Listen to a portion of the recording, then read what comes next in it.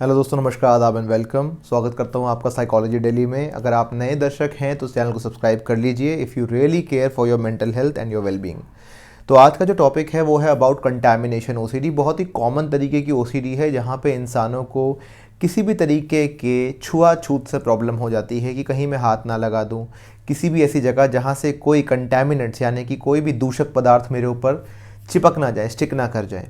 और उसके बाद वो स्टिक कर जाएंगे तो क्या होगा, दो तरीके की दिक्कतें लोग अक्सर मुझे बताते हैं। अक्सर जब मैं लोगों से मिलता हूँ कंटैमिनेशन ओसीडी के लोगों से, स्पेशली इंडिया और एशियन कंट्रीज़ में या इंडियन ओरिजिन के लोगों से, उनकी समस्याएं लगभग सेम ही होती हैं। और क्यों होती हैं इसका रीज़न है, ओसीडी जो है वो एक बिलीफ सिस्टम बेस्ड, यानी कि आपकी जो विचार हैं वो आपके भ्रांतियाँ जो आपके मन में आपके बिलीफ सिस्टम्स हैं उनके ऊपर बेस्ड होती है। जैसे सुपरस्टिशंस होते हैं वैसे ये भी होता है। अब होता क्या है इसके अंदर कि जब भी आप देखेंगे, जैसे मैं हाल ही में एक पेशेंट से मिला, महिला थी, अपने 45th ईयर ऑफ लाइफ में थी।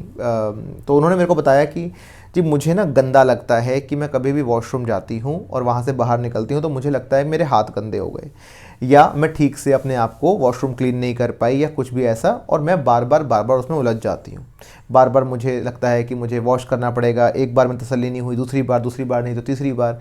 क्यों? मुझे वहाँ पर ऐसा लगता है कि कुछ स्टिकी लगा हुआ है, कोई पार्टिकल लगा रह गया तो क्या होगा, फिर मैं किस हाथ से छूँ, किस हाथ से पकड़ूँ, किस हाथ से कपड़ों को ऊपर करूँ, या किस हाथ से टैप ओपन करूँ। फिर मैंने किसी तरीके से कर भी लिया तो साबुन तक पहुँचेंगे, साबुन के बाद मैंने कितनी बार हाथ रगड़ूँ कि ये साफ़ हो जाए, एक बार दो बार, और मैं देख कर एक जगह से इसको ठीक करती हूँ। तो ये मेरे पास केस आया था जो कि पिछले सिर्फ 3 सेशंस के अंदर ऑलमोस्ट 80% इम्प्रूव्ड हो गई हैं। आज वो अपने बाथरूम से, जहाँ वो 4 घंटे लगा रही थी अंदर, वो सिर्फ और सिर्फ मात्र 35 मिनट्स में आज बाहर आ रही हैं। ये सिर्फ 3 वीक्स की बात मैं बता रहा हूँ आपको।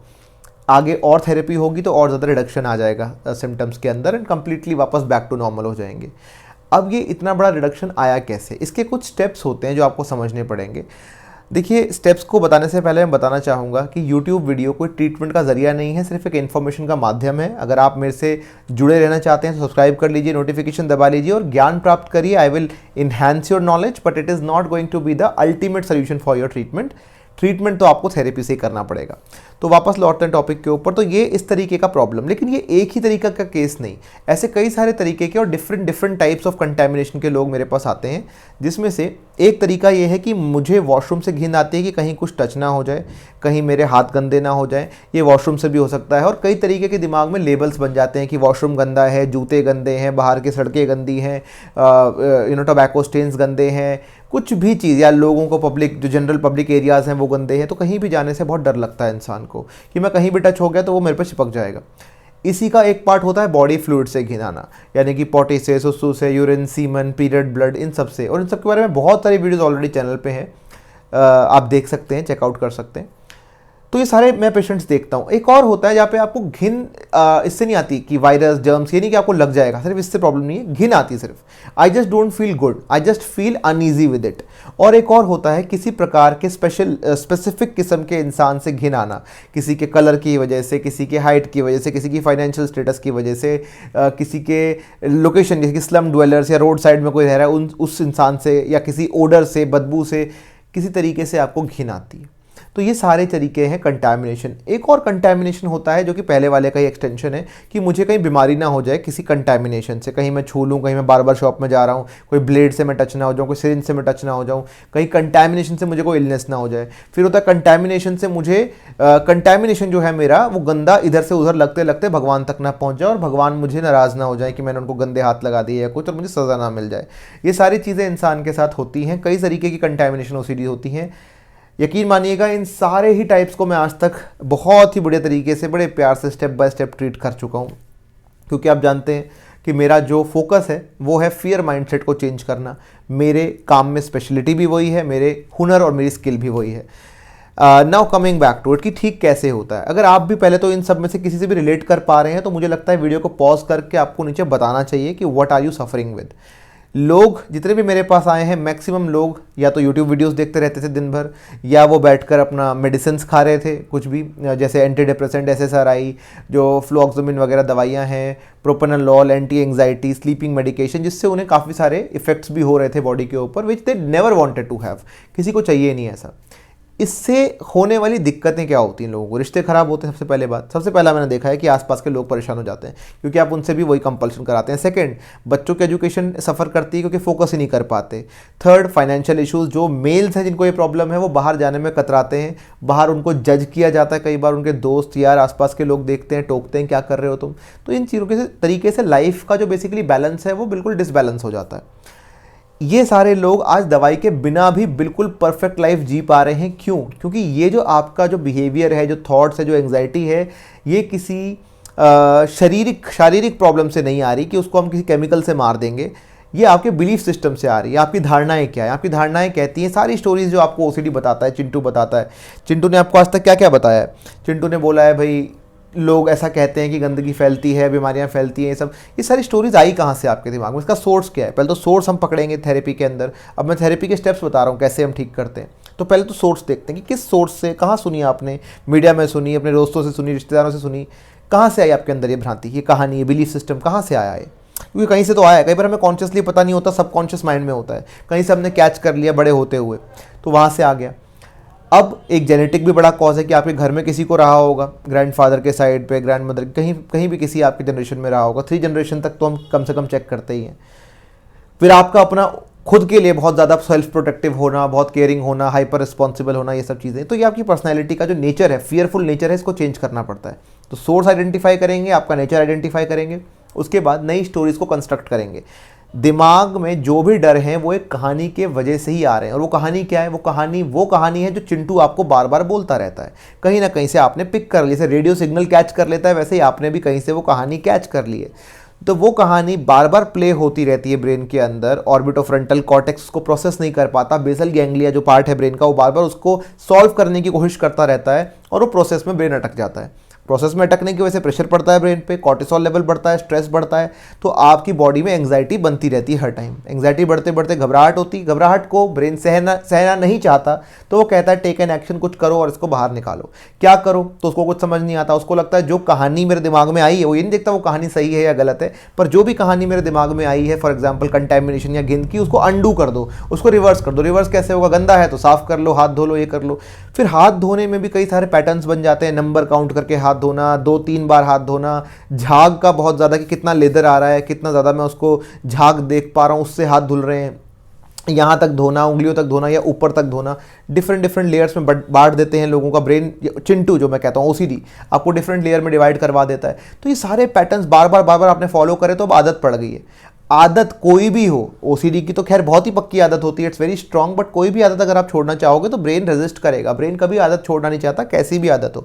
तभी आप देखोगे जो एडिक्शन वाले लोग होते हैं, जो सब्सटेंस यूज में होते हैं, वो भी जल्दी से छोड़ नहीं पाते, चाहे उनको पता भी हो कि सिगरेट स्मोकिंग हार्मफुल है या अल्कोहल ड्रिंकिंग हार्मफुल है, they are not able to leave it. Same कोई भी आदत ले लो आप, आपको सीधे हाथ से लिखने की आदत है, मैं आपको बोलूँ उल्टे हाथ से लिखो तो आपकी आदत छोड़ने को कहूँगा तो मजबूरी में बहुत प्रेशर पड़ेगा। उस प्रेशर को सहना नहीं चाहता ब्रेन, तो आपको कंपल्शन कराता रहता है। कंपल्शन का एक जरिया या एक रीज़न ये है, कंपल्शन जरिया इस चीज़ का है कि उसको लगता है ब्रेन को कि कंपल्शन एकमात्र वे है कि एंग्जाइटी और ये प्रेशर हट जाए या अनईजीनेस हट जाए, जो ब्रेन नहीं चाहता आपके अंदर रहे। तो बार बार वो करते हैं और टेम्प्रेरी रिलीफ मिल जाता है। हाथ धो लिए, 10 बार आपने अपना वॉशिंग कर लिया, एरिया को, इनल एरिया को, जेनिटल एरियाज को बार बार वॉश कर लिया, वॉशरूम को पूरा एक टाइल घिस ली, कई सारे टिपिकली कुछ स्पेशल साबुन यूज़ कर रहे हो, कुछ सर्फ भी यूज़ कर रहे हैं, बहुत सारे डिफरेंट चीज़ें। क्यों? उन पे लिखा है स्ट्रॉन्ग, ये वो फलाना, एंटी बैक्टीरिया, एंटी वायरस। तो ये सब चीज़ों से आप बहुत भ्रमित हो जाते हो कि मैं बिल्कुल परफेक्शन के साथ करूँगा, लेकिन एक्चुअली आप ये नहीं देख रहे हो कि वो परफेक्शन इतना ही अच्छा होता तो आपकी लाइफ का ग्राफ नीचे क्यों जा रहा है, सब कुछ खराब क्यों हो रहा है, परिवार, दोस्त, नौकरी, एजुकेशन सब छूट क्यों गया, सुख चैन छिन क्यों गया अगर आप इतने ही अच्छे हो तो। और जो लोग बिल्कुल भी नहीं कर रहे हैं आपकी तरह, वो लोग तो बड़े चैन सुकून से जी रहे हैं। आप भी जीते थे इस ओसीडी से पहले, तब भी दुनिया यही थी, तब भी इन्वायरमेंट, धूल मिट्टी, वायरस, जर्म्स, घिन सब यही था, लेकिन आपको कुछ नहीं होता था। तो बिलीफ सिस्टम स्टोरी पे आधारित है, स्टोरी को बदलेंगे हम, स्टोरी को रिकंस्ट्रक्ट करेंगे, कॉग्निटिव रिकंस्ट्रक्शन कहते हैं उसको, एरर्स ढूंढेंगे, सीबीटी का यूज़ होगा इसके अंदर, एसएफबीटी का, हैबिट रिवर्सल ट्रेनिंग, कई सारे मेथड्स यूज़ होते हैं डिपेंडिंग ऑन कि आपकी इंटेंसिटी क्या है, आपको किस प्रकार की स्टोरीज आ रही हैं, क्या बोल रहा है आपका माइंड, उस पर डिपेंड करता है कौन सी थेरेपी हम यूज़ करेंगे। Once that is done, then anxiety हटाने का तरीका भी आपको बताया जाएगा कि कौन सा आप पे वर्क करेगा। कईयों पे डीप ब्रीदिंग वर्क करती, कईयों पे फिजिकल एक्सरसाइजेज या बॉडी मूवमेंट्स वर्क करते हैं, तो अलग अलग तरीके हैं उसके भी, वो भी आपको थेरेपिस्ट एनालाइज करके ही बता सकता है। उसके बाद जो आपकी ओवरऑल पर्सनैलिटी है, जो कि हाइपर इमोशनल, रिस्पॉन्सिबल या हाइपर मॉरल है, उसको भी चेंज करना पड़ेगा for the long time betterment. ये नहीं कि रिलैप्स होता रहे, आपको पर एक हट गया फिर दूसरा ओसीडी आ गया, जो कि बहुत कॉमन है। अगर रिलैप्स एक्सपीरियंस किया है तो नीचे कमेंट में बताना। तो ये चीज़ें होती ना रहे, तो इसलिए आपकी पर्सनैलिटी मेकओवर भी बहुत ज़रूरी है। ये सब करते हुए हम लास्ट में अगर ज़रूरत पड़ती है तो एक्सपोजर थेरेपी करते हैं। एक्सपोजर थेरेपी बहुत अच्छी थेरेपी है ईआरपी, लेकिन वो एकमात्र थेरेपी नहीं है जिसका यूज़ किया जाए। उसके बाद भी, उसके अलावा भी बहुत सारे थेरेपीज़ है जो यूज़ होती हैं। इन्फ्रेंस बेस्ड सीबीटी, आईसीबीटी कहते हैं, वो यूज़ हो सकता है। ड्रिल थेरेपी यूज़ हो सकती है, और डाउट थेरेपी यूज़ हो सकती है, एचआरटी यूज़ हो सकता है। बहुत सारे इमेजिनल एक्सपोजर्स हैं, ग्रेजुअल थीमेटिक वो हैं, स्कीमा थेरेपी है, बहुत सब कुछ यूज़ होके आपको ठीक कर सकते हो आप। So don't get frustrated. और ये भी लास्ट में मैं क्लियर कर दूं, बहुत सारे लोग सोचते हैं कि मैं ठीक ही नहीं हो पाऊंगा बिकॉज मैं बहुत सारा एफर्ट कर चुका हूँ। देखिए, मैं हाथ जोड़ के आपको बोलना चाहूँगा, एफर्ट नहीं कहलाती वो चीज़ें जो वर्क ना कर रही हूँ। मेरा पेपर साइंस का, मैं मैथ्स पढ़ रहा हूँ तो ये एफर्ट नहीं, मैं 4 घंटे भी पढ़ लूँगा तो कोई मैंने एफर्ट ठीक नहीं किया। दवाइयाँ आप इतने सालों से खा रहे हो, या अपना गलत काउंसलिंग में जा रहे हो, या गलत तरीके का इंसान आपको ट्रीट कर रहा है, तो आप ठीक नहीं होंगे। वो एफर्ट में नहीं गिना जाएगा। एफर्ट का मतलब आपने राइट अप्रोच, राइट तरीका, राइट एक्सपर्ट के साथ यूज़ किया है, तो ही आप इससे निकल पाएंगे। और एक लास्ट बात, देखो, कौन सा थेरेपिस्ट अच्छा है, ये कई बार तो आप सोशल मीडिया से भी जज कर सकते हो कि कौन एजुकेटेड है, कौन क्वालिफाइड है, किसको स्पेशलिटी है किसकी, कौन ट्रीट करता है, किसके बारे में रिव्यूज़ हैं। लेकिन मैं कहूँगा ये भी ना कर पाएंगे, क्योंकि कई बार ये भी भ्रमित कर देते हैं आपको। आपको एक कंसल्टेशन बुक करनी चाहिए, यानी कि पहला सेशन जब आप मेरे साथ बुक करते हैं, या कोई भी बुक करता है, तो मेरा काम होता है कि आपके पास्ट को, प्रेजेंट को और आपके थॉट्स को एनालाइज करूं, उसके बिहाफ पे एक ब्लूप्रिंट तैयार करूं कि आपकी रिकवरी होगी कैसे, किस तरीके से, कितने फेजेस में होगी रिकवरी, और वो मैं आपको प्रेजेंट करूँ कि ये सारे फेजेस हैं, इसमें आपकी रिकवरी पॉसिबल है। कितने % पॉसिबल है ये भी मैं आपको फर्स्ट सेशन में बता देता हूँ। मैक्सिमम टाइम्स ये बात आप तक पहुँच जानी चाहिए, ये नहीं कि मैं कुछ आज बोल रहा हूँ, कल कुछ बोल रहा हूँ, कल कुछ बोल रहा हूँ। और मैं एक और बात बोलना चाहूँगा फॉर माय इंटरनेशनल ऑडियंस, क्योंकि मेरे पास बहुत सारे, और maximum I would say my patients are from abroad. कई बार आप मुझे कंप्लेंट भी करते हैं कि सर आप इंग्लिश में वीडियो बना देते हो, हिंदी में बनाया करो। देखो, ऐसा है कि मुझे हिंदी आती है, मैं हिंदी भाषी हूँ, लेकिन the thing is my patients are from worldwide. Global population को मैं कैटर करता हूँ। कोई अमेरिका में है, कोई फ्रांस में है, कोई इटली में है, कोई जर्मनी में है। इतने सारे लोगों को हिंदी में समझाना या समझ उनको आ जाएगी, ये पॉसिबल नहीं है। तो इन सब के लिए मैं कुछ इंग्लिश वर्ड्स भी यूज़ करता हूँ, हिंदी में भी बनाता हूँ, प्लीज़ समझ के चलिएगा। कैप्शन भी डालने की कोशिश करता हूँ जब जब मेरे को टाइम मिलता है।